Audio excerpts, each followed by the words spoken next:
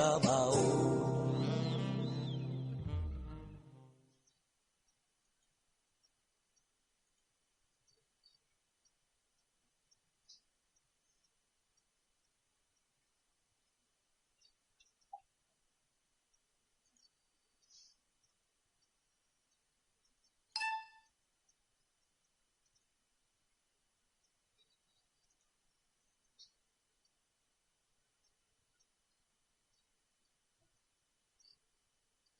Hola, buenas noches, ¿cómo están? Esto es La Caja de Cuentos. Hoy es 31 de enero del 2013. Este que les habla es Murdred. Y esta es La Caja de Cuentos, como les decía. Y esta noche lo vamos a dedicar a un escritor mexicano llamado Javier Velasco. ¿Sí se está escuchando? A ver si me pueden ayudar en el chat. Yo no estoy escuchando absolutamente nada.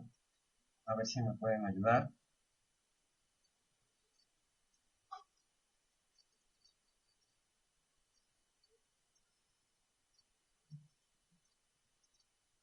¿Algún comentario en el chat?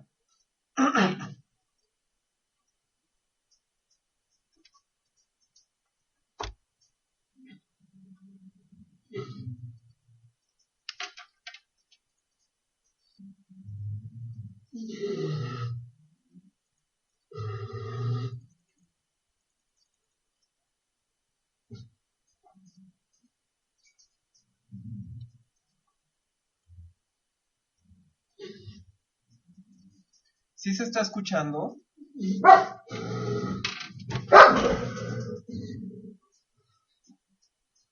Ok, ¿sí me escuchan? Porque yo no escucho absolutamente nada, caray.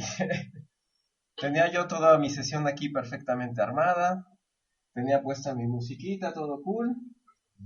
Pero bueno, este, pues vamos a comenzar esta noche, como les comentaba. Vamos a hablar de un escritor mexicano llamado Javier Velasco. Probablemente ustedes lo hayan escuchado. Es un escritor que está muy de moda a partir de hace unos 10 o 12 años. Su boom empezó por ahí del 2003 con una novela que escribió llamada eh, Diablo Guardián. Probablemente ustedes la conozcan o probablemente la hayan leído. Ok, ya los estoy viendo en el chat, lo que pasa es que hay un poco de delay.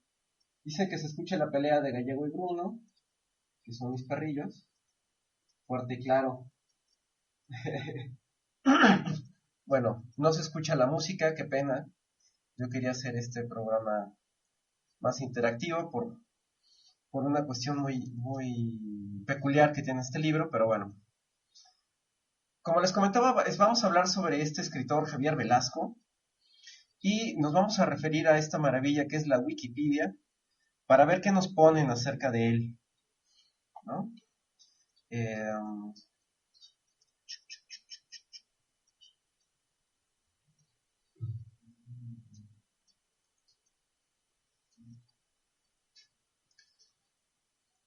ok, bueno, vamos a leer su biografía. Dicen que nació el 7 de noviembre del 64 en México y que obtuvo el sexto premio Alfaguara en 2003 por su novela Diablo Guardián.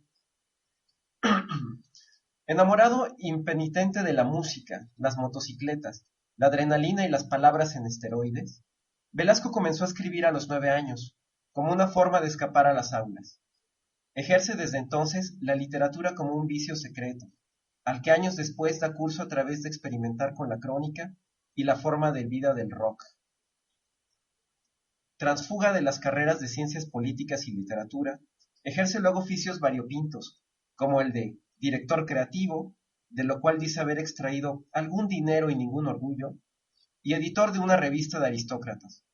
Acostumbrado a dobles y triples vidas, Velasco desempeña al mismo tiempo los papeles de copywriter, periodista, rockero, socialité, noctámbulo, barrio bajero y escritor subrepticio. Escribió durante 16 años en el suplemento Sábado del periódico Uno más Uno, fundado y dirigido por Fernando Benítez. Publicados sus escritos en los periódicos Novedades, El Universal, El Nacional, La Crónica, Milenio, Reforma y El País. Fue en Sábado donde sus experimentos verbales alcanzaron mayores niveles de osadía. Entre sus columnas más leídas se halla Deshoras y Penumbras, Epistolario, El Funámbulo Errante y Pronóstico del Clímax. En unas y otras, el mexicano se ha mostrado consistentemente irreverente, así como fiel a la vocación de intensidad que hace de sus presentaciones públicas happenings memorables, masivamente concurridos, donde se dice colega y cómplice natural de las mujeres públicas.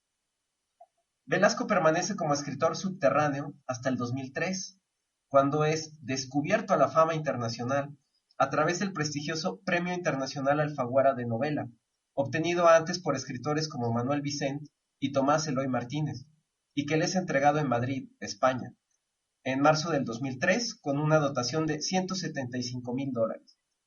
Tras varios meses en las listas de ventas de España, México, por 3 años consecutivos, y varios países de América Latina, la novela Diablo Guardián, picaresca punk según el chileno Alberto Fuguet, se convierte en best-seller hispanoamericano, con más de 10 ediciones y 200,000 ejemplares vendidos.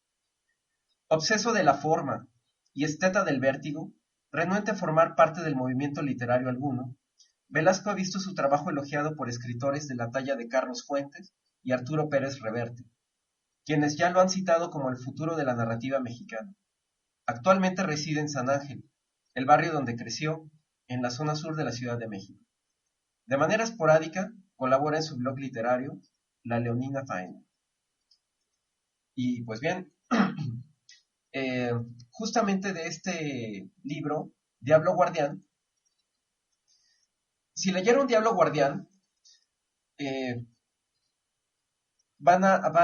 de saber que este libro con el que Javier Velasco ganó el premio Alfaguara de novela en 2003, y su protagonista Violeta, Violeta es un personaje que nos seduce desde el principio a fin en este libro, ahora van a tener una segunda oportunidad de ser conquistados por una especie de femme fatal mexicana, pero ahora en la televisión. Javier Velasco anunció en su cuenta de Twitter que Diablo Guardián será llevada a las pantallas de televisión de la mano de la productora colombiana RTI en alianza con Televisa. Aunque todavía no está listo el guión ni el reparto, ya es un hecho que la productora colombiana, encargada de adaptar La Reina del Sur, obra del escritor español Arturo Pérez Reverte, a la pantalla chica, será quien lleve la batuta de Diablo Guardián, la serie. Javier Velasco publicó que no se entrometerá con el guión y que espera que la serie tome su distancia de la novela, porque son géneros distintos. No se espera que por haber visto la serie uno pueda alegremente ignorar el libro, y viceversa. Si Diablo Guardián es, antes que novela, un estupefaciente literario, no espero en consecuencia una estupefacerie, escribió Velasco. Yo, francamente, lo veo un poco difícil, porque este libro, en el lenguaje en que está escrito, pues poco tiene que ver con los valores hipócritas que promueve la televisora de México, sobre todo en el aspecto del lenguaje. Si bien es cierto que Javier Velasco escribe con todas las palabras que aparecen en el Real Diccionario de la Lengua Española, pues son palabras que Televisa tiene catalogadas como obscenas. Entonces, habrá que ver la serie. No me la imagino, francamente. Pero bueno, esta noche voy a compartirles algunos episodios de este libro, que yo lo leí en 2003, lo leí en España, de hecho, lo compré en España, y yo pensé que el escritor era vasco, por la X, el Xavier, pero no, resulta amablemente ser mexicano. Y pues qué grata sorpresa, porque fue todo un suceso por allá, y resulta que en México también. Es un super libro del cual podemos extraer algunas frases curiosas que han hecho de Javier Velasco uno de los escritores favoritos de las nuevas generaciones de a lo que ahora les llaman ninis, por ejemplo, ¿no? Y que me recuerda mucho a un fenómeno parecido con otro escritor llamado Douglas Coupland, que escribió un libro hace muchos años llamado Generación X, donde presentaba una novela con 3 personajes de la sociedad estadounidense sumamente marginales. Y bueno, en ese libro daba muchas categorías sociológicas de esas nuevas generaciones y ciertas ideas que ellos tenían, ¿no? Les voy a compartir algunas frases extraídas de este libro.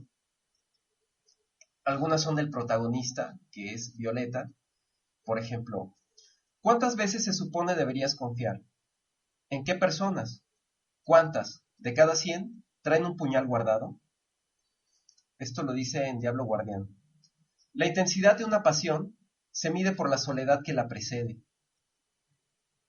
De estos putos silencios que aturden como gritos.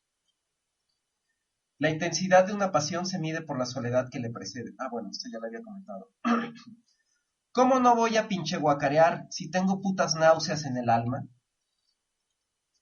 Si las pendejas volaran, no veríamos la luz del sol. Acuérdate de todo lo que te pinche amo.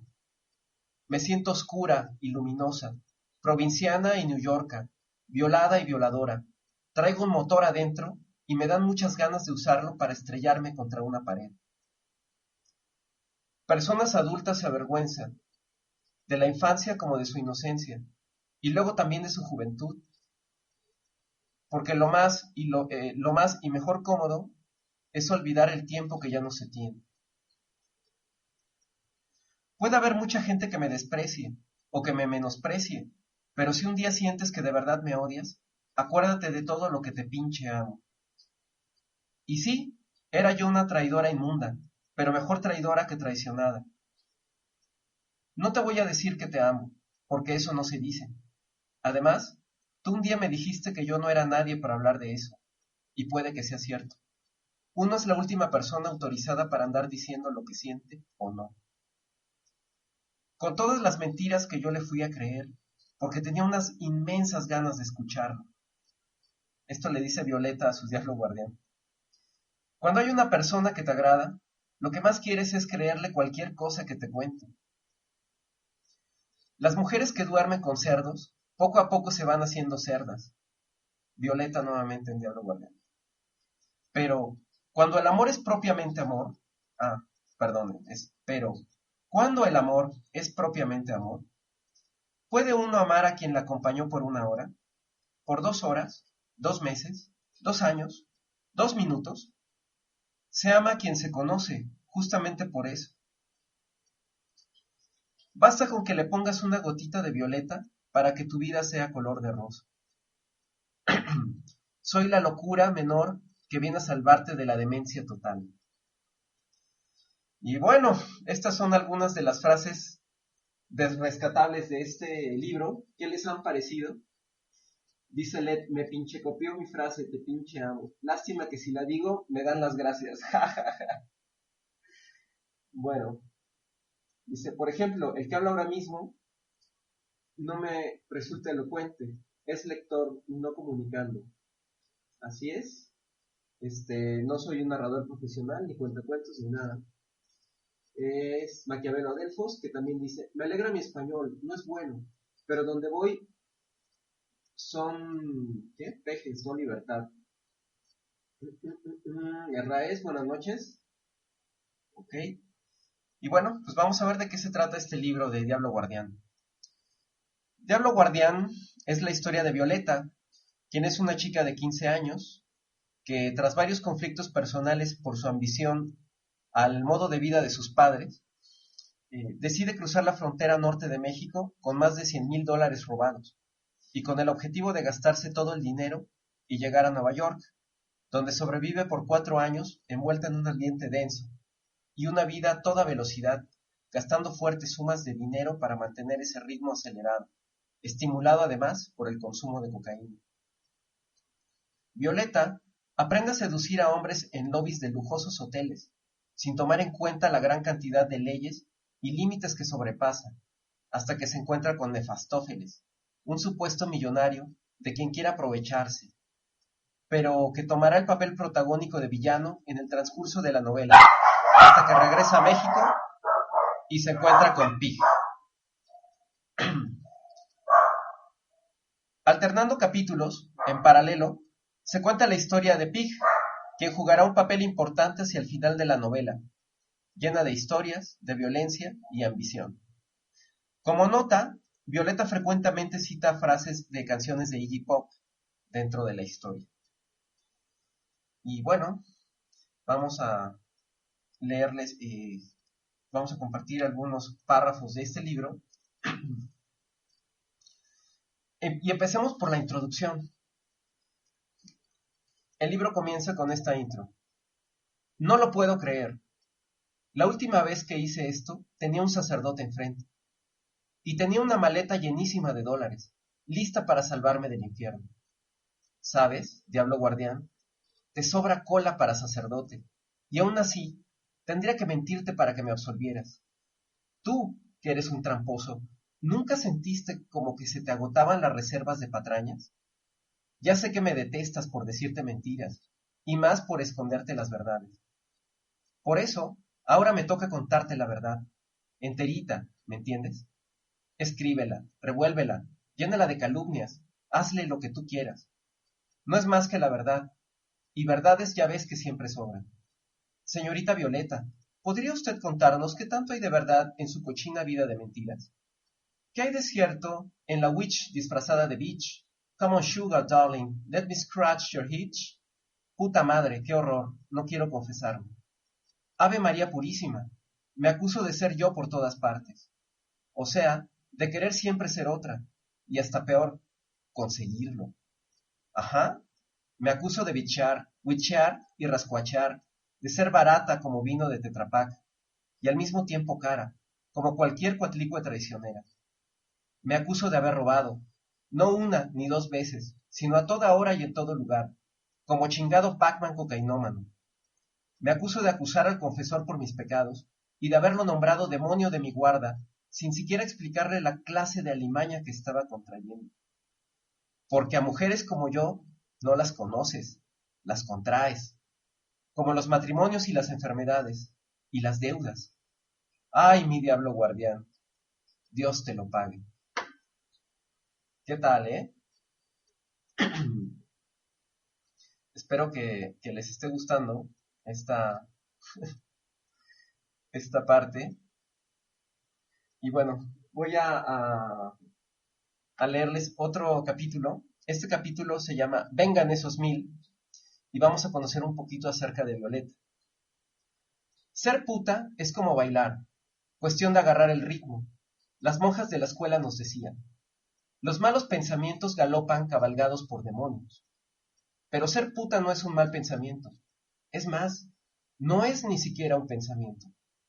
En la academia de hawaiano, la maestra me pedía que pensara con la pelvis, y mejor ni te digo lo que se le ocurría. Aunque hay lugares donde casi te juraría que nunca he tenido una idea. No sé, los nudillos, los hombros, que ya de por sí son bastante idiotas. ¿En qué piensas, idiota? Pendejo. Muy escritor y muy creativo, pero a la hora de la hora también piensas con el pito. ¿Tú crees que si mi vagina no fuera una estúpida, incapaz de pensar nada, podría soportar las babas de quien sea? Esto es ser una puta. ¿Ya me entiendes? Pude aventarte ofensas más directas, pero quise embarrarte en la carota las babas de quien fuera, porque eso es lo que más puede joderte. Ya sé que es muy injusto. Ser yonki de tus celos, alimentarme de ellos hasta cuando no estoy. Eso sí es ser puta. Ajá. ¿Quién te dice que yo no hago todo esto por órdenes estrictas de mis pelvis? Mira, yo creo que el arte de la puta, o las artes, o lo que tú quieras, está un poco en la cama y mucho en otra parte. ¿Cómo ves en el centro del pastel?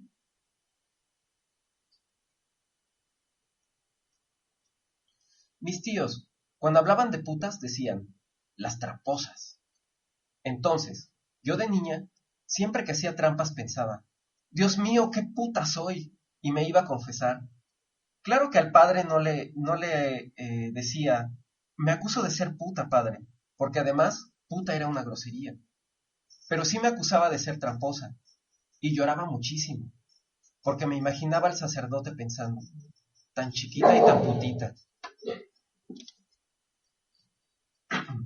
No te imaginas todo lo que cambié por eso.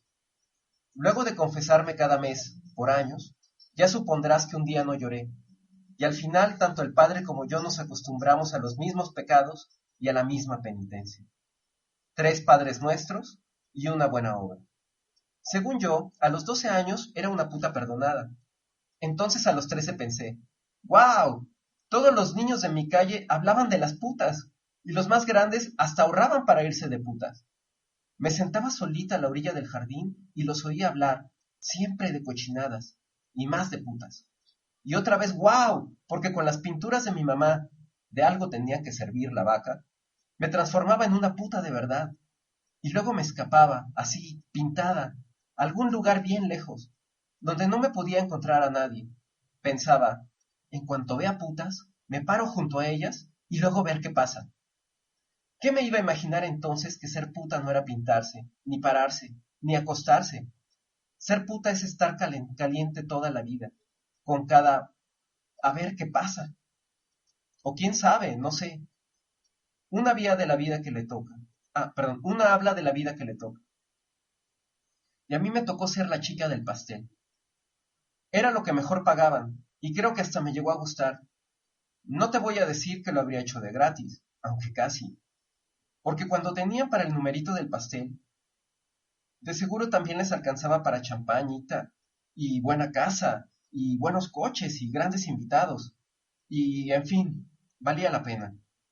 Había noches que me hacía la gringa. Ahora pienso que igual era patético, porque debió haber varios que no se la tragaron. I don't care, cutie. I don't care, cutie. Oh, my goodness. ¿Tú dirías que tengo buen inglés? Las monjas no sabían ni qué decir. No sabían decir ni yes, vamos. Claro, por eso eran monjas. Pero, ¿tú crees que mis papás iban a permitir que yo no hablara inglés? Ahora no me perdona que sea como soy, pero entonces hacían esfuerzos pendejísimos para que nuestros aborígenes vecinos se tragaran el cuento de que éramos gringuitos. Tú dirás que no me perdonan haber sido una chica de pastel, pero deja y te digo lo que nomás no pueden perdonarme. Nunca me viste rubia, ajá. Pues ahí donde me ves, o no me ves, yo fui rubia desde muy chiquita. Todos los domingos, antes del desayuno, tanto mis papás como nosotros teníamos que pasar lista en el lavabo. Creerás que hasta cuando teníamos catarro y calentura nos teñían el pelo con agua fría. Mi papá decía que con el agua tibia se jodía el cuero cabelludo, pero yo y mis hermanos ya sabíamos a lo que no quería, que lo que no quería era gastar en calentarlo. Los viernes en la tarde, cuando mis papás se iban a cenar con mis abuelos, mis hermanos jugaban a la hora del tinte, y yo me dedicaba a mojarles y secarles el pelo, siempre con el agua bien caliente. Y mi papá ni cuenta, creyendo que en su casa se ahorraba minuciosamente. Así, decía él, hay que ser minuciosos en el ahorro. Un día me peleé con mis hermanos y los acusé. Pero como yo era la que abría la llave del agua caliente, ya sabrás que acabé pagando el pato entero. Y mal, ¿me entiendes? Porque al mes siguiente hicieron las cuentas del gas y de la luz, y según esto vieron que por mi culpa estaban pagando más del doble, ¿sabes? Entonces mi papá primero, tras joder las llaves del agua caliente en mi baño, me sacó de la escuela de monjas y me metió a la secundaria con secretariado. Si no, ¿cuándo le iba a pagar por todo? Tú, que eres de mi equipo, ¿sabes que lo tramposo no se quita nunca? Comencé por pensar, soy una idiota. Tenía 13 años y no se me había ocurrido una buena fórmula para esquilmar a mi familia con provecho. Porque ya lo del tinte no me divertía. Además, de pendeja iba a confiar otra vez en mis hermanos. Y el chiste era sacar un beneficio, algo que equivaliera por lo menos al doble de dinero que mi papá me estaba cobrando. De entrada, la colegiatura de la escuela secretarial tenía que pagarla a sirvientazo limpio. Me hacían lavar platos, tender camas, trapear cocina y patio, sacudir toda la casa y hasta lavar el coche de mi papá. Según ellos, ya les debía muchas antes de lo del agua, así que para cuando me recibiera de secretaria, ya íbamos a quedar a mano.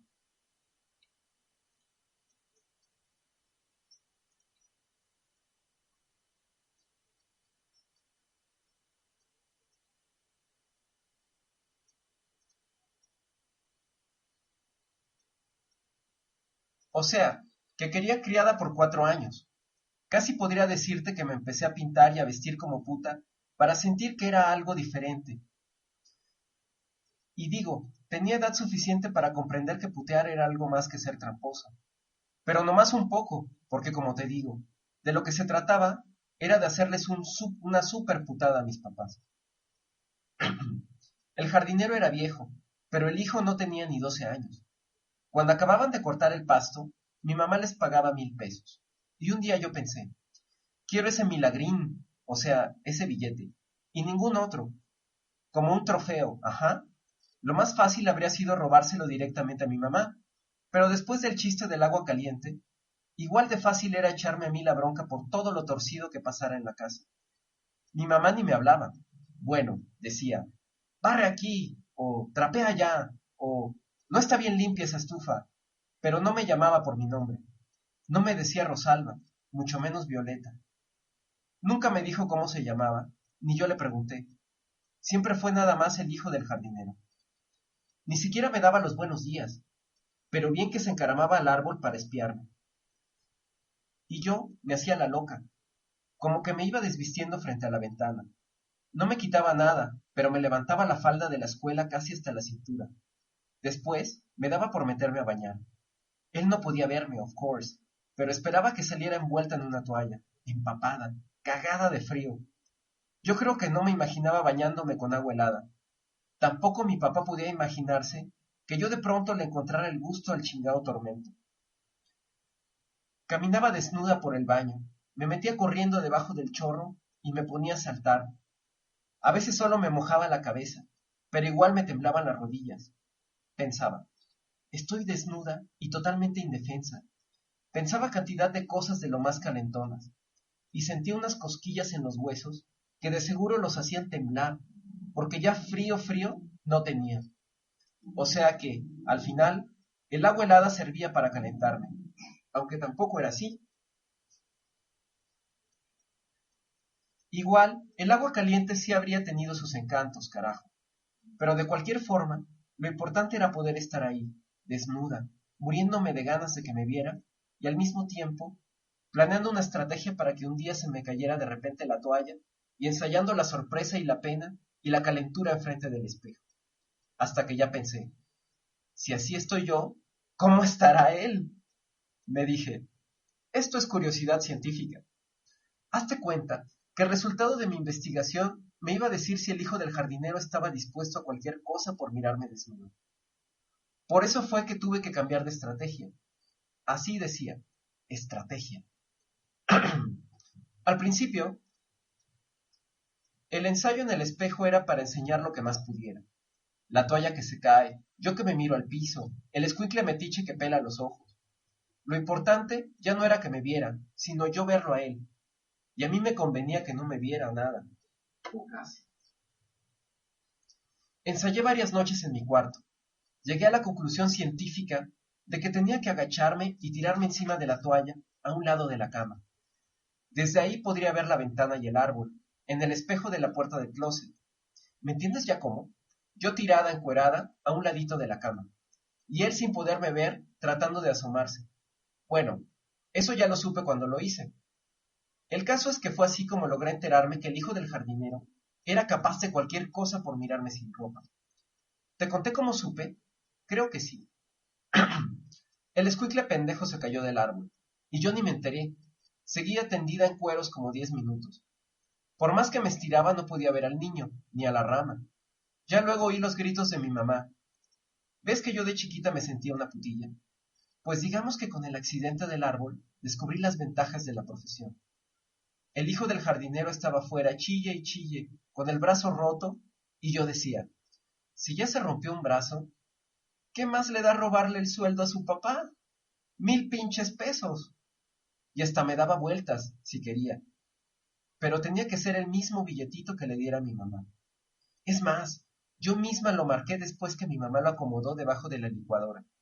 Me metí a la cocina cuando no había nadie y le pinté una B, con un lápiz en la orilla.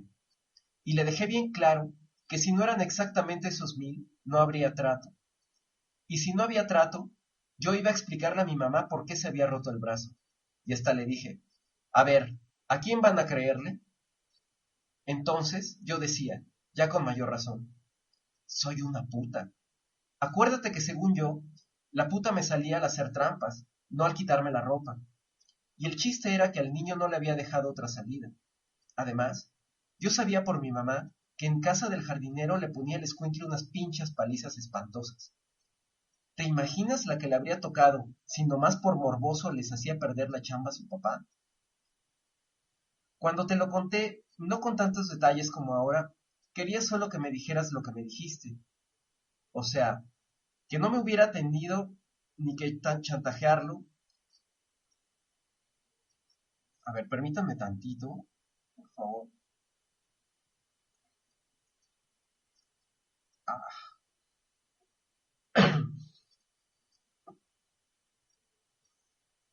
ya, mil perdones. Cuando te lo conté, no con tantos detalles como ahora, quería solo que me dijeras lo que me dijiste. O sea, que no hubiera tenido ni por qué chantajearlo, ni que a su padre lo habría hasta matado con tal de verme un día encueradita. Pero ya no indefensa, como niñita estúpida que se muere de pena, porque justo a la hora de perder la toalla, se entera que hay un extraño en el árbol que la está contemplando con la mano encajada en la bragueta. Sim me iba a desnudar. La delante, la delante de él tenía que tener todo el control. Todo, ¿entiendes? Entonces me di cuenta que después del accidente yo podía jugar con algunas ventajillas. No solamente mi mirón se había fracturado por espiarme, que era un antecedente de lo más pinche incriminante, también tenía el brazo derecho enyesado. No estaba en condiciones de treparse al árbol, pero yo sí podía bajar al desayunador y cumplir con mi parte del, digamos, contrato. No sé si sea esa la palabra. Más bien, era como una garantía, un pactito.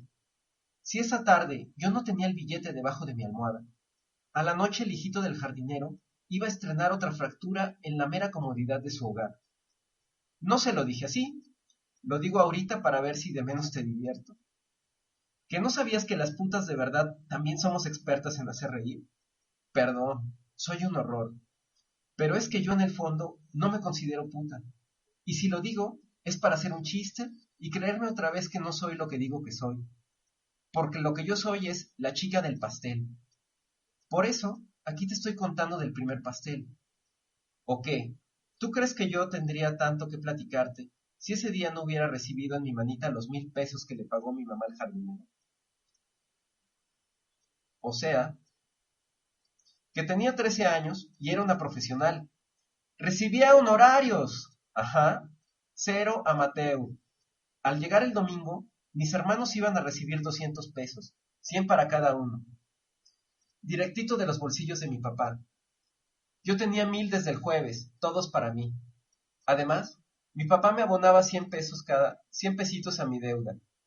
Te conté que el muy mierda me cobraba intereses, el mismo porcentaje que a él le cobraban las tarjetas de crédito, más un 15% de castigo. Te decía que desde el jueves vino el niño a pagarme, como a las 4, porque eran 4:15 cuando le dije a mi mamá que estaba vomitando. Luego hasta calenté el termómetro, así que el viernes me dejaron quedarme en la casa, sola, desde las 9. Claro que me tardé, eso sí.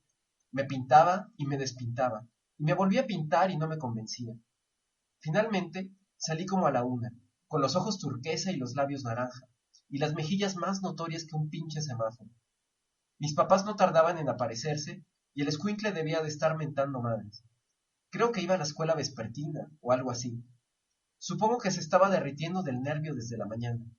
Como yo, pues. Pero ya a la hora buena dije, no me voy a atrever a tirarme la toalla. Si yo fuera tú, pensaría, esta usaba los miedos para disimular las culpas. Pero no eran las culpas, al contrario. No sé si tú disfrutes tus culpas por ser puta, pero a veces se vuelven la mejor parte. Te calientan, de pronto. Por eso luego hasta las andas extrañando, aunque siempre regresan, cada vez más hambrientas, más tullidas. Yo no quería librarme de las culpas, pero ¿qué tal del miedo? No era que alguien nos fuera a descubrir. El jardinero no estaba, solamente el niño. Había entrado con la llave de su papá, en cuanto vio que mis papás salían. Lo veía por entre las persianas, paradito, a medio jardín, como castigado. pero igual yo seguía sin saber qué iba a pasar, o, mejor dicho, no me constaba que el escuincle no se fuera a reír, o a aburrir, o no sé, a decepcionar, pues. Yo estaba, ¿cómo te explico? Te lo podría decir cínicamente, pero quiero que entiendas que por más putísima que yo me sintiera, yo no era todavía una puta completa. Si me daba la gana no bajar, yo no iba a ser la puta, sino la estafadora. No sé qué sea mejor, pero digamos que a la 1 de la tarde me decidí a no ser una ladrona, ni tampoco una estúpida a la que se le cae la toalla de mentiras, aunque ya haya cobrado 1000 pesotes. Así que decidí bajar sin toalla. Pensé, él va a ver mi cuerpo, pero yo voy a ver su mente. Mis coartaditas, ¿sí? Ya ves que las mejores trampas son las que una se pone sola. Apenas di un pasito en el desayunador. Vi que el niño seguía mirando hacia mi ventana. Al helado, el pendejo. Oh, perdón, al helado, el pendejo. Y yo abajo, desnuda, casi frente a él. Yo, o sea, su puta. Eso es lo que pensaba, y me entraban las ganas de acariciarme toda enfrente de él. Hazte cuenta las piernas, los brazos, la cabeza, nada más. ¿Me creerías que me trepé a la mesa del desayunador? Como vedette, te juro. Y creo que él me vio en el peor momento, cuando estaba en la silla, subiendo un pie a la mesa, sin un gramo de estilo. Te conté que llevaba tacones altos.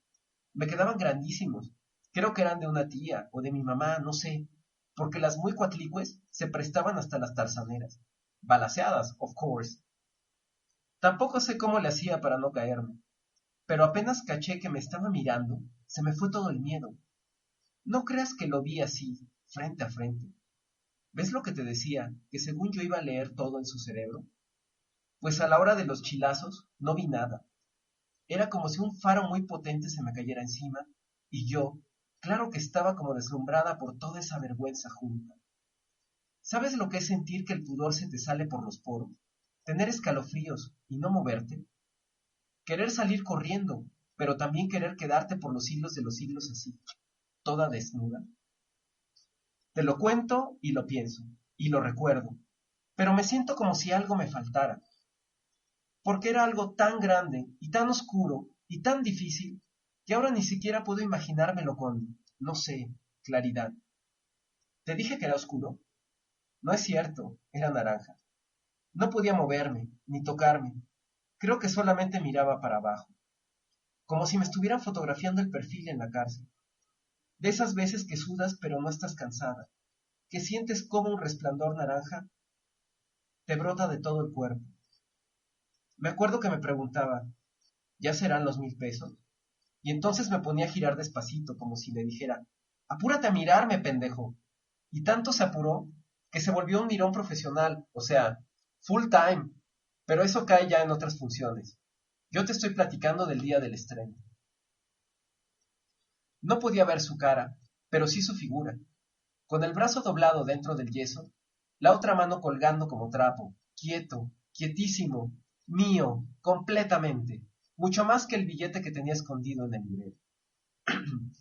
Mío como mis piernas y mis hombros, que por más que trataba de moverlos, estaban igual de tiesos y de tensos que el bracito quebrado de mi culto público.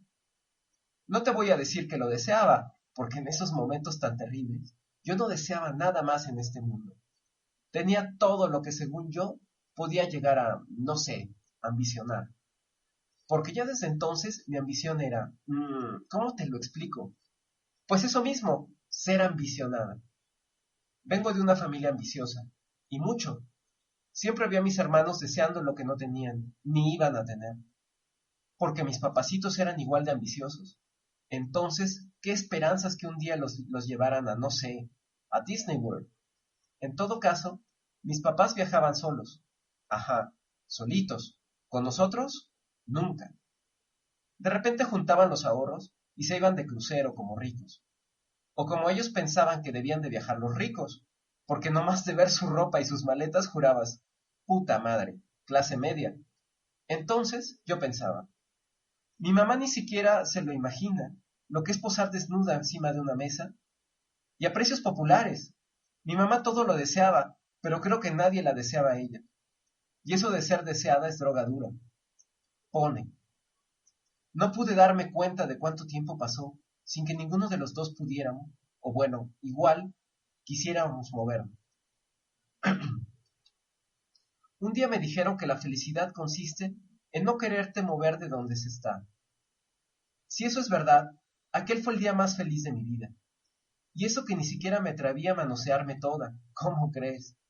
Igual estás pensando que fue muy sensual, o muy excitante o las arañas. Pero como a lo mejor esperas que te cuente qué pasó después, y a lo mejor también a mí me gustaría inventarte algo y ponerte a pensar en no sé cuántas cochinadas. Pero aunque no me creas, pasó muy pocas veces. Como que a esas edades casi todo te pasa. Te llevan a la escuela, van por ti, te castigan, te premian, te obligan, te convencen. El caso es que uno, el caso es que una nunca, o bueno, casi nunca provoca que algo pase. Algo grande, ¿me entiendes? Decir, me voy de viaje, voy a comprarme ese Mustang. Hoy no llego a mi casa. Ajá. No sé qué pensarás de mi primer trabajo, pero yo lo recuerdo como la vez en que solita provoqué un evento fuerte de verdad. Algo que habría puesto verde a mi mamá. Y a mi papá ni digas, porque aparte no era una cosa sino dos. Igual, lo de la mesa lo habría comprendido, pero lo del billete era imperdonable, y todavía peor tratándose del hijo del jardinero. Ellos pujando como desquiciados para subir de clase social, y yo encuerada enfrente de la servidumbre, recibiendo dinero de la servidumbre, obligando a robar a la servidumbre, aunque yo la verdad no sé a qué le habría molestado más. Seguro el que dirán, ya veo a mi papá dándole una propina al jardinero para que su hijo no abriera el hocicote, o más bien despidiéndolo, y a mí de paso. Siempre que lo avergonzaba, mi papá amenazaba con mandarme a vivir a casa de los tíos de Zacatecas. Nunca fui a Zacatecas, ni conocí a esos tíos, pero me acuerdo que lloraba como loca cuando me hacían creer que me iban a mandar. A partir de ese día, como que se me fue el terror. No dije nunca nada, pero empecé a pensar, ¿y si me mandan? ¿Qué? Total, me iba a escapar. Yo ya entonces sabía que más tarde o más temprano me iba a ir de mi casa. Tenía muy claro lo que no quería, y eso era ser igual a mis papás, o todavía peor, ser como ellos habían decidido que yo fuera. Secretaria bilingüe. Prefería ser puta, sin ninguna duda. Hacerme secretaria ejecutiva. Tener un jefe como mi papá, que se pasara el día sabroseándome a cambio de un sueldito de tercera y pinches regaluchos de segunda. Habría que ser pendeja. Y a lo mejor sí soy, porque en eso acabé. Y en fin, que ya sabía desnudarme. Y además era tramposísima. Y además detestaba la idea de ser rubia. Cuando mi papá llegó con mi mamá y mis hermanos, rubios todos, Clairol todos, qué asco todos, y subieron a ver cómo seguía de mi empacho, no sé por qué me parecieron de repente tan extrañas sus cejas más oscuras, sus pelos renegridos en los brazos y el color de sus ojos. Creo que el numerito de la mesa me puso a volar, porque al bajar de ahí no volví a ser la misma. Veía a mi papá y pensaba, qué ridículo. Cualquier día me escapo y dejo de ser la güera. Ni siquiera pensaba en el dinero, ni en la mesa, ni en mi cuerpo, ni en el niño, sino nomás en una pinche cosa. Algo que era un deseo muy remoto y de repente se volvía un plan. Yo quería tener el pelo negro. Así ellos nunca me volverían a hablar. Cualquier noche me lo iba a teñir en el lavabo, y a la mañana siguiente tan tan. Si no les gusta, córranme, al cabo que ni soy de su familia. Se me ocurre que ahorita estoy como el día de la mesa, desnudando mi vida frente a ti, pero otra vez con todas las ventajas. No tienes fracturado el brazo, pero tampoco tienes ojos. No sabes dónde estoy. No puedes verme. No te imaginas todo lo que estoy haciendo mientras hablo. Podría estar desnuda mirando tu foto, o metida en la cama con un güey que me besa las piernas en efecto silencio. ¿Tú qué crees? ¿Alguna vez te dije que me gusta ver fotos mientras hablo por teléfono? Pero no te estoy viendo a ti, ni estoy hablando por teléfono. Tengo un álbum de fotos de mi mamá. ¿Creerás que mandó pintar de colores sus fotos de niñita, para que ya desde entonces se viera güera? Mi papá no. Él nada más no tiene ni una foto. Un día dejó a su distinguida tribu en Zacatecas y supongo que entonces estrenó identidad. O no sé si después. ¿Sabes que en todo el álbum no hay una sola foto en la que aparezcamos con el pelo oscuro? ¡Qué enfermitos! ¿Verdad? Y un día resultó que la enferma era yo.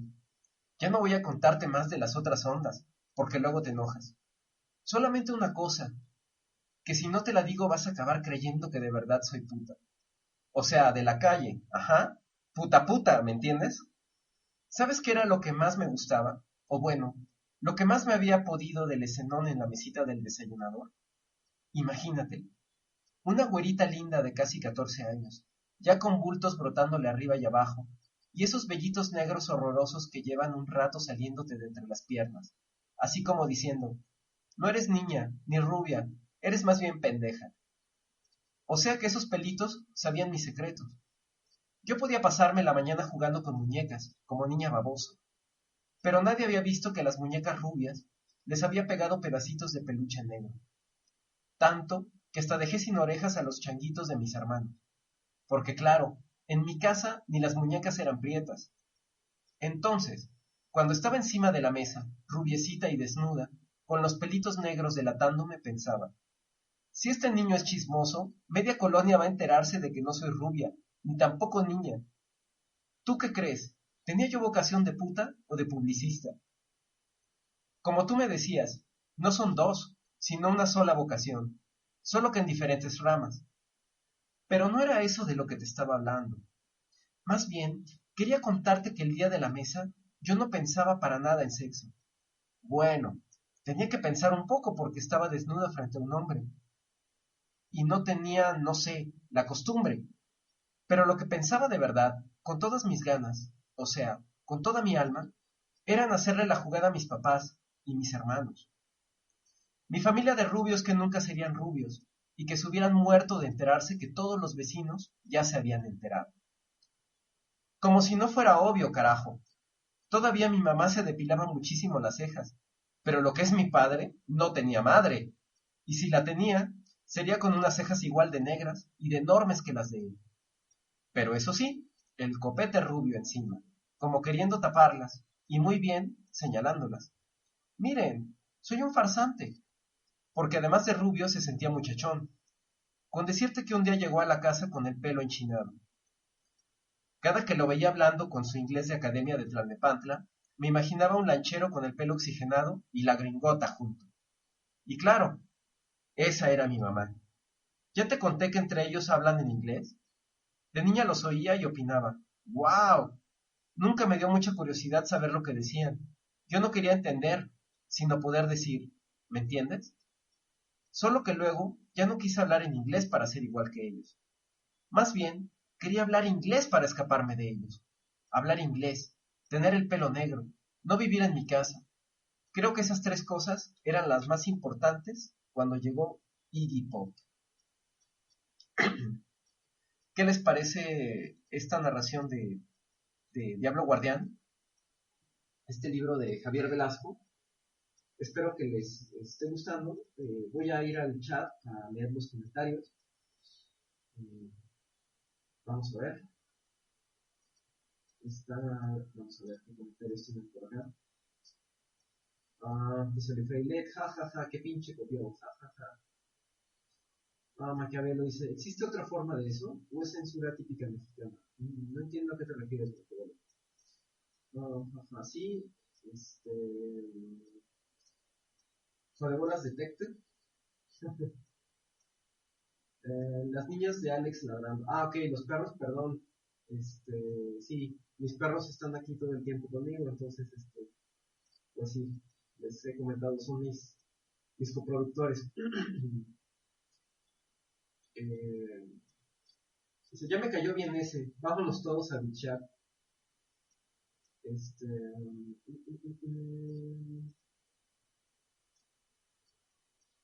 Ser puta es estar caliente toda la vida. Tengo algo que confesarles. Yo soy muy calurosa. ¿Es lo mismo que caliente? No, cada bien vive con sus hijos. Bueno. Confesiones en el de Braille. Vamos a ver. Ok, es que están hablando no de libros, sino de abdominales por ahora.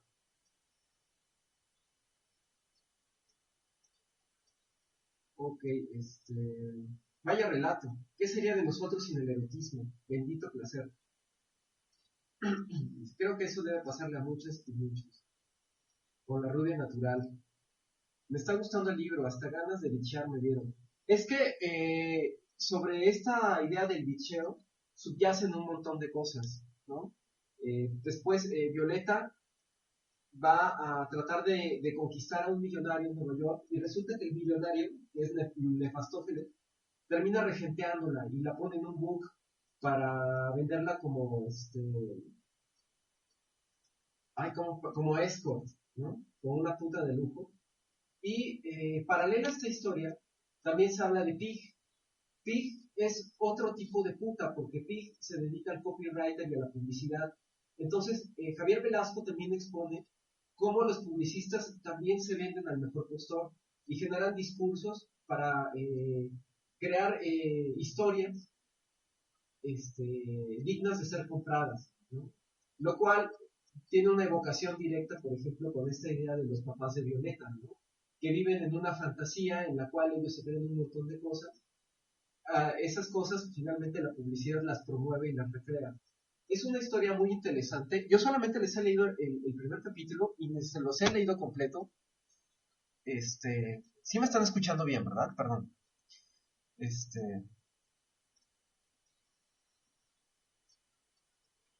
Y bueno, además de este libro de Diablo Guardián, que es un super libro, se lo recomiendo muchísimo. Vale mucho la historia de Pig también.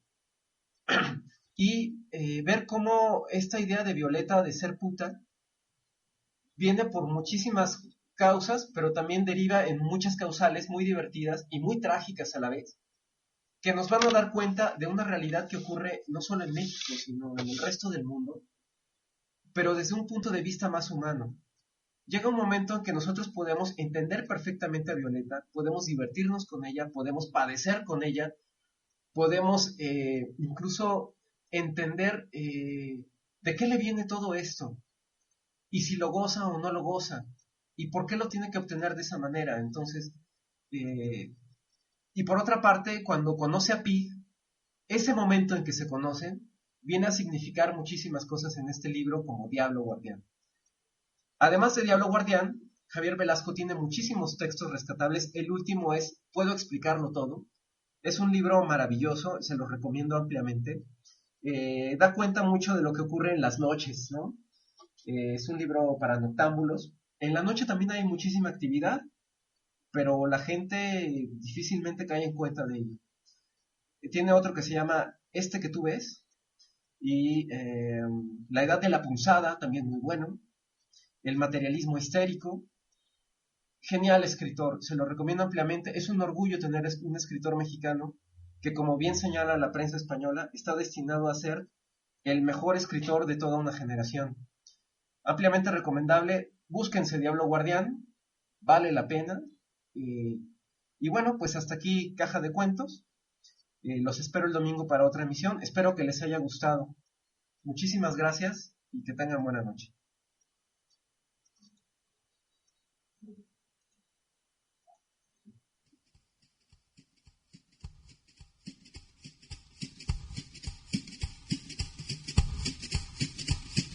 No le ofreció la luna